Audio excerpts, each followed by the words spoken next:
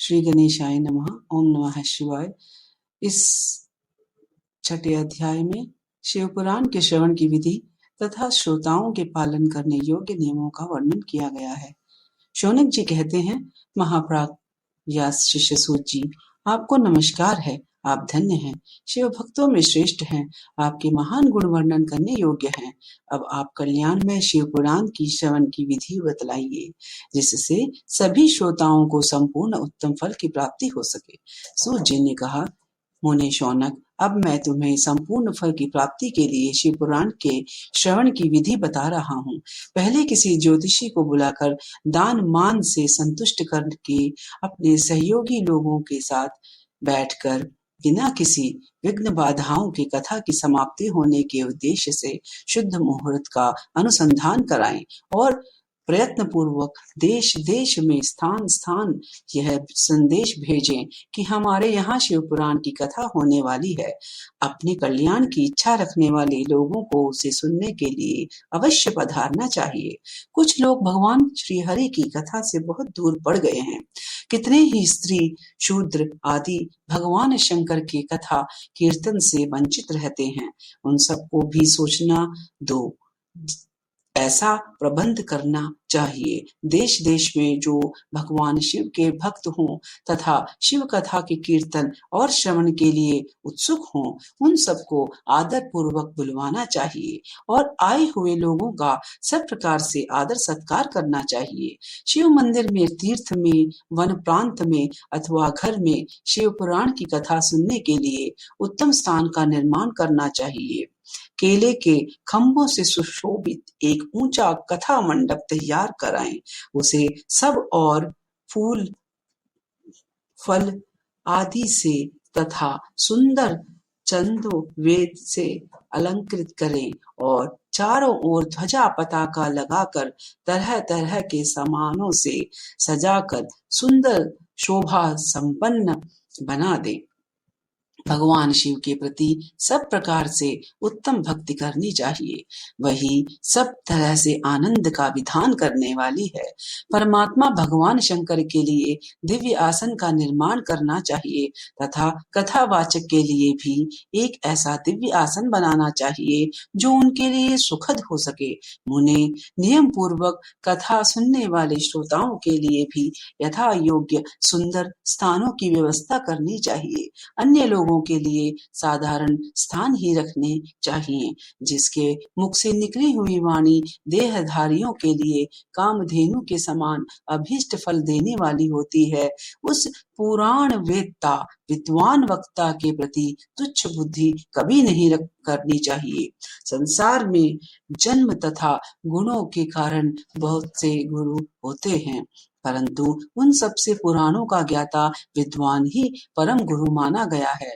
पुराण वेत्ता पवित्र, दक्ष, शांत, ईर्ष्यापूर्ण, विजय पाने वाला, साधु और दयालु होना चाहिए। ऐसा प्रवचन कुशल विद्वान इस पुण्यमयी कथा को कहें। सूर्योदय से आरंभ करके 3:30 पहर तक उत्तम बुद्धि वाले विद्वान पुरुष को शिव पुराण की कथा सम्यक रीति से बांझनी चाहिए।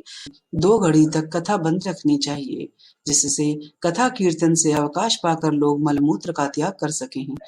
कथा प्रारंभ के दिन से 1 दिन पहले व्रत ग्रहण करने के लिए वक्ता को क्षौर करा लेना चाहिए। जिन दिनों कथा हो रही हो उन दिनों प्रयत्न पूर्वक प्रातः काल का सारा नित्य कर्म संक्षेप से ही कर लेना चाहिए। वक्ता के पास उसकी सहायता के लिए एक दूसरा वैसा ही विद्वान स्थापित करना चाहिए। वह भी सब प्रकार के संशयों को निवृत्त करने में समर्थ हो और लोगों को समझाने में कुशल हो। कथा में आने वाले विघ्नों की निवृत्ति के लिए गणेश जी का पूजन करें। कथा के स्वामी भगवान शिव की तथा विशेषतः शिव पुराण की पुस्तक की भक्ति भाव से पूजा करें। तत्पश्चात उत्तम बुद्धि वाला श्रोता तन मन से शुद्ध एवं प्रसन्नचित्त होकर आदर पूर्वक शिव पुराण की कथा सुने। जो वक्ता और श्रोता अनेक प्रकार के कामों में भटक रहे हों, काम आदि से 6 विकारों से युक्त हों, स्त्री में आसक्ति रखते हों, और पाखंडपूर्ण बातें कहते हों, वे पुण्य के भागी नहीं होते। जो लौकिक चिंता तथा धन, ग्रह एवं पुत्र आदि की चिंता को छोड़कर कथा में मन लगाए रहते हैं, उन शुद्ध बुद्धि पुरुषों को उत्तम फल की प्राप्ति होती है। जो श्रोता श्रद्धा और भक्ति से युक्त होते हैं, दूसरे कर्मों में मन नहीं लगाते और मौन, पवित्र एवं उद्वेग शून्य होते हैं, वे ही पुण्य के भागी होते हैं।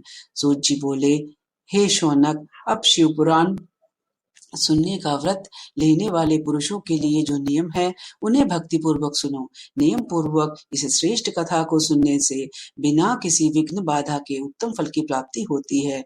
जो लोग दीक्षा से रहित हैं, उनका कथा श्रवण में अधिकार नहीं है।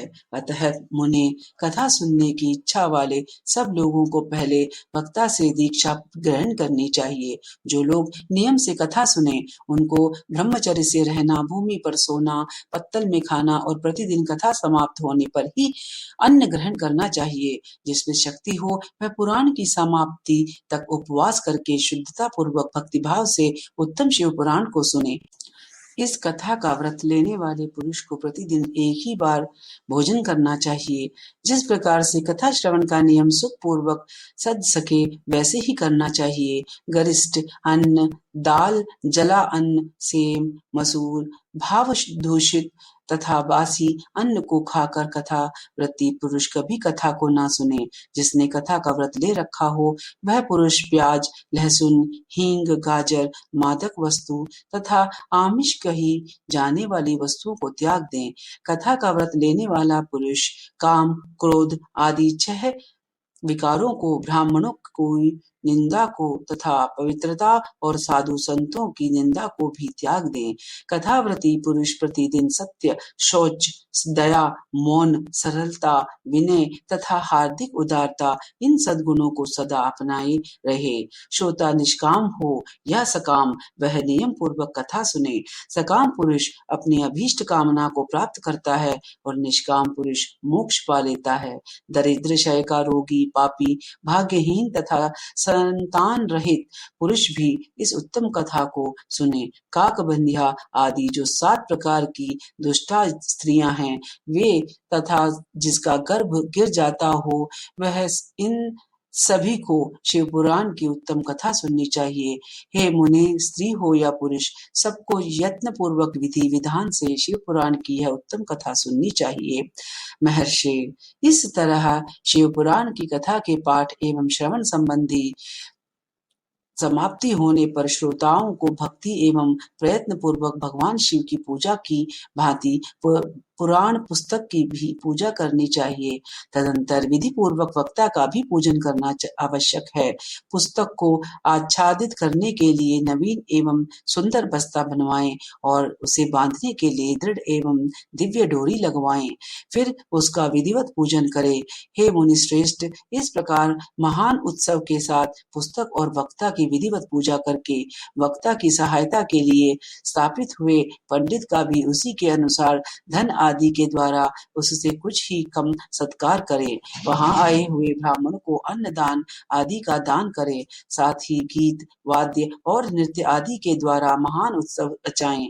हे मुने, यदि श्रोता विरक्त हो तो उसके लिए कथा समाप्ति के दिन विशेष रूप से उसका गीता का पाठ करना चाहिए, जिसे श्री रामचंद्र जी के प्रति भगवान शिव ने कहा था। यदि श्रोता गृहस्थ हो तो उस बुद्धिमान को उस श्रवण कर्मी की शांति के लिए शुद्ध हविष्य के द्वारा होम करना चाहिए। हे मुने, रुद्र संहिता के प्रत्येक श्लोक द्वारा होम करना चाहिए अथवा गायत्री मंत्र से होम करना चाहिए, क्योंकि वास्तव में यह पुराण गायत्री मंत्र ही है। अथवा शिव पंचाक्षर मूल मंत्र से हवन करना चाहिए। हम होम करने की शक्ति न हो तो विद्वान पुरुष यथाशक्ति हवनीय हविष्य का ब्राह्मण को दान करें। न्यूनतम दोष की शांति के लिए भक्ति पूर्वक शिव सहस्त्र नाम का पाठ अथवा श्रवण करे। इससे सब कुछ सफल होता है, इससे संशय नहीं है, क्योंकि तीनों लोकों में उससे बढ़कर कोई वस्तु नहीं है। कथा श्रवण संबंधी व्रत की पूर्णता की सिद्धि के लिए 11 ब्राह्मणों की मधु मिश्रित खीर भोजन कराएं और उन्हें दक्षिणा दें। हे मुने, यदि शक्ति हो तो 3 तोले सोने का एक सुंदर सिंहासन बनवाएं और उस पर उत्तम अक्षरों में लिखी अथवा लिखाई हुई शिव पुराण की पोथी विधि पूर्वक स्थापित करें। तत्पश्चात पुरुष उसकी आवाहन आदि विविध उपचारों से पूजा करके दक्षिणा चढ़ाएं।